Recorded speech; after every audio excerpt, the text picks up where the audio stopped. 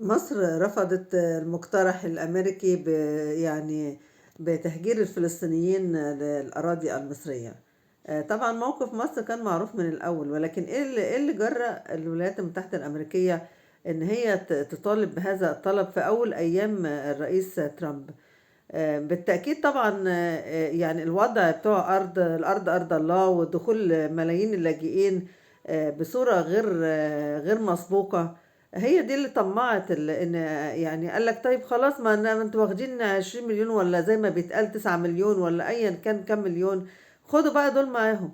طب ازاي يعني؟ وبعدين برضو ما ننكرش ان في فلسطينيين دخلوا، بدليل ان السفير الفلسطيني من حوالي سنة او سنتين تقريبا قال ان في اكتر من 100,000 دخلوا مصر، دخلوا مش في سينا. احنا قلنا سينا خط احمر، بس هم داخلين في كل انحاء مصر. يعني هي دي المشكلة، كانت في سينا ولا في الارض المصرية؟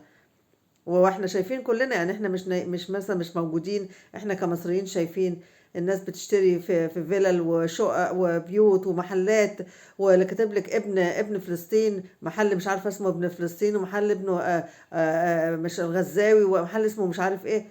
ده كله كانت تتعمل امتى؟ مش هو كان في موقف اساسا من جامعه الدول العربيه ان الفلسطينيين ما ياخدوش، يعني ان هم يفضلوا في ارضهم، وان احنا نحافظ على ارضهم.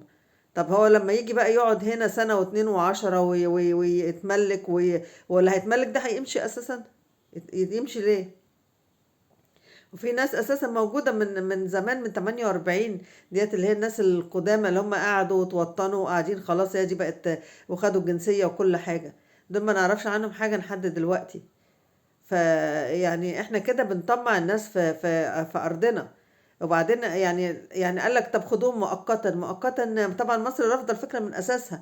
مؤقتا ده ما بيمشيش اساسا.